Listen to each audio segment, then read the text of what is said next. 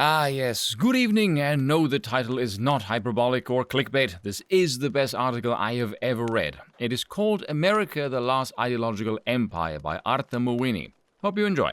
What explains America's hyper-ideological response to the Ukraine crisis? Less than a year before Vladimir Putin launched his invasion, Washington had wrapped up 2 decades of large regime change wars, waged in the name of planting freedom in that region's inhospitable soil. There was, or seemed to be, broad agreement that liberal moralism in foreign policy stood discredited. It destabilized whole swaths of the Middle East and North Africa, and bogged down America and its allies in the region's bloody and intricate enmities. And to what end? Yet now, a few months later, the United States and its NATO allies are once again on an escalatory path, handing billions of dollars worth of sophisticated weaponry to Kiev, deploying covert operatives to assist the Ukrainians, and mounting massive, if so far useless, economic sanctions against Russia. This is a proxy war against Moscow in which Western or Ukrainian victory is an utter fantasy. And yet Washington, it seems, is prepared to fight the Kremlin down to the last Ukrainian. And all of this has been done, once again, to win, as President Biden tweeted, a great battle for freedom, a battle between democracy and autocracy, between liberty and repression. This Manichaean framing has done the job so far. That is, the foreign policy blob has appeared largely successful in using the crisis to breathe new life into the liberal imperium and marshal support for its faltering institutions, not least the Western alliance. Appearances can be misleading, however. When all is said and done, the war and the reaction of Western governments will likely be seen as the liberal ruling class's collective swan song for the post-1945 ideological world order. As other powers abandoned ideology in favor of reasserting national and civilizational claims, the United States and its various clients and satraps remain committed to ideological struggle, to bolstering liberalism, the one modern ideology that survived the previous century's clash of ideologies. In persisting in this way, the US-led Western Bloc, the world's last ideological empire, will ensure its own demise, and the swan song will give way to a self-composed elegy. Defending Ukraine has become the latest holy war for a generation of elites that largely came of age during the Cold War, one that internalized that era's evangelical binaries and symbolic crusades, and is forever seeking the next apocalyptic event to signal its virtue. A Russian victory in the war wouldn't be merely Ukraine's loss, according to the dominant account of the conflict in the West, but also the effective fall of the so-called liberal international order, whose rules Washington and its North Atlantic allies laid down in the wake of the Second World War. The various instruments of that order, from the United Nations to the SWIFT intra-bank transfer system, from NATO to Hollywood, went into action in response to the Kremlin's decision to invade Ukraine, rather than tolerate its absorption into the liberal imperium. Massive German remilitarization was suddenly celebrated as an unalloyed good. Poland's right-wing government won a strange new respect in the councils of Europe for its rapidly pro-escalation stance. Kiev asked for weapons and funds, and it received. Ukraine flag emojis became de rigueur for journalists and celebrities, and so on. Liberal interventionism seemed to have regained all the glory it lost to the Iraqi and Afghan debacles and the Arab Spring. Yet in the third decade of the 21st century, the world looks altogether different than it did in 1991 or even 2001. Ukraine is no Kuwait, nuclear giant Russia is not Iraq, and the United States that has carried out 2 decades of costly wars and failed nation-building projects in the Middle East, all while China ascended, isn't the self-assured hegemon it was when the Twin Towers came down. It is wishful thinking to believe that the shift to multipolarity, with the rise of China and multiple regional centers of power ending America's global dominance as the sole hegemon, could be stopped militarily. Nor can the process be reversed by NATO acting as the global police department of the free world, protecting those select few nations that qualify as democracies by fickle Western standards from the barbarous despotism of an older world. Fact is, despite much bluster and rhetorical posturing reminiscent of the Bush era, Washington is far weaker today than it was then. It is overextended, deeply polarized, low on morale, and facing an unprecedented spike in energy prices and a wider inflation crisis. Reality matters, but the foreign policy establishment and its media organs show no sign of rethinking, let alone stepping down the escalation ladder. Liberalism, it seems, can't live without aggressive universalism, the insistence that the whole world must operate according to norms perfected in the West and imposed on all the nations, and that achieving global cultural homogeneity justifies all forms of interventionism, using non-governmental organizations or drones as the need may be. But now the universalist impulse is running up against the limits of a changing world. Astute critics of liberal order saw this coming. In the wake of the Soviet Union's collapse, just as Francis Fukuyama was declaring the permanent triumph of liberalism and the end of history, the Marxist scholar Emanuel Wallerstein wrote prophetically and counterintuitively of the decline of the liberal imperium.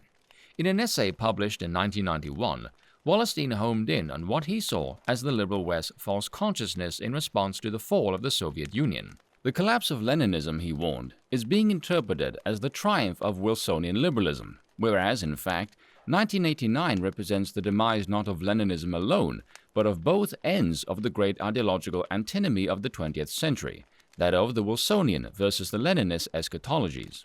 For Wallerstein, the two competing ideologies of the 20th century, which had triumphed jointly against a third, Nazism, were caught in a relationship of dialectical dependence. Given the interdependence of the global political and economic system, removing Leninism from the picture meant that various other dominoes from the old Cold War bipolar world would also fall, with the triumphant West incapable of stopping the process. One needn't share Wallerstein's Marxist priors to see that he had plainly predicted the shape of events to come with profound clarity. A realist, that is, fundamentally tragic, worldview could have led one to the same conclusions, that the absolutism and totalizing worldviews of modern ideologies made conflict between them inevitable. The process created a convenient Manichaean framing of the world as a zero-sum struggle between the forces of evil and righteousness, which also provided a rationale for globalism and crusades of world domination. The demise of the Soviet Union eliminated one of the faces of the modern Janus that was the post-war ideological international order. Unipolarity made the ideological Manichaeanism on which post-Enlightenment modernity functions much harder to sustain. As one form of universalism, liberalism eliminated its competition for world domination, it paradoxically lifted the mental fog of ideology, permitting the return of particularity, rootedness, locality, community, and civilization. Hence the conditions unleashed by unipolarity prove salutary for concrete instantiation of life in the world's most prominent cultures and civilizations, allowing these cultural complexes space to reanimate and revive themselves in their particular spheres. This process has been at work for decades, recasting politics around the world and revivifying traditions, peoples, and different forms of life. Only in America and within its liberal imperial domain, the ruling class has continued to resist these shifts, using its vast resources to insist on old utopian ideals and demanding still more globalism and homogeneity. Just as Russia was co-opted by the Leninist ideology, so has America been reduced into a vessel for liberalism and evolved into a propositional state. America has ideologized itself into a universal category as yet another ism. Americanism, that is but a euphemism for liberalism, disembodying the nation into the bargain. In doing so, the world's last ideological empire has united the non-Western civilizations in resistance. A new global foreline has thereby emerged, that of ideology versus civilization. This turn of events has had profound repercussions for how the American ruling class perceives the world today. One implication of the American establishment's liberal universalist compulsion is that as civilizations around the world abandon ideology, America, her people, and her core interests are being left behind. As culture and civilization reassert themselves, ruling classes in Washington, London, and Brussels insist on turning Ukraine, and in time Taiwan, into ground zeros for an apocalyptic fight to redeem the world for their ideology. As for the rest of the world, people to whom dogmas of Protestant-inflected liberal millenarianism are wholly alien, this view appears entirely quixotic and nonsensical.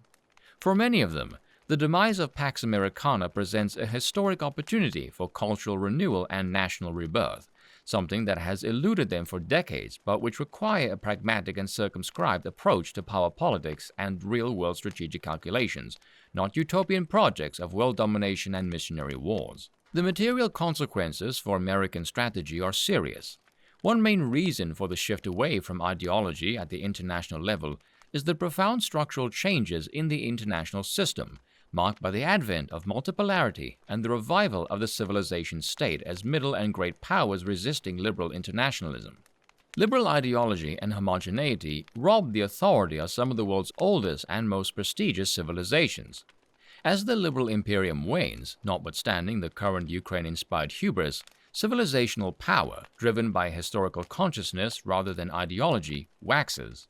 Middle powers, even those generally friendly to the United States owing to their national interests, such as India, Brazil, and even France, prize their strategic autonomy, seek increased self-reliance to protect themselves from globalization's discontents, and resisting being a mere pawn in Washington's ideological chessboard.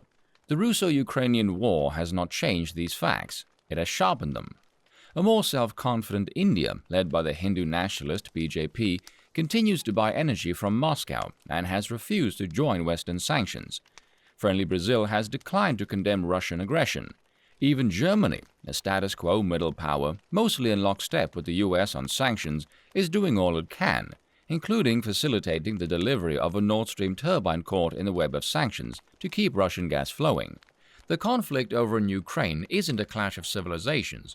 Rather, it is rooted in regional power politics and Russia's perennial desire to re-establish what it perceives as its civilizational sphere. In effect, however, this regional realpolitik conflict has, through the power of narrative in the West, metastasized into the existential struggle of liberal ideology against civilizations as such. This was as predictable as it was inevitable, for the Western establishment that was bred during the Cold War suffers from a cognitive bias, a disposition to privilege the universal over the particular and to overlook the real for the ideal. America's categorical mistakes notwithstanding, the systematic international trends that have accelerated multipolarity and weakened ideological hegemony show no signs of subsiding. Together they point to the dawn of a new world, a global realignment, away from universalist aspirations and marking the beginning of a post-ideological age, where concrete interests and particular loyalties will once more trump abstract principles and utopian commitments. Once the dust of tragedy settles, the Ukraine crisis will be remembered as ideology's last stand, a herald for this coming new world order. America's leaders would be wise to adapt to this new reality, instead of insisting on conducting foreign policy through tired shibboleths and expired ideological constructs. And that is all for today, and I will see you all next time.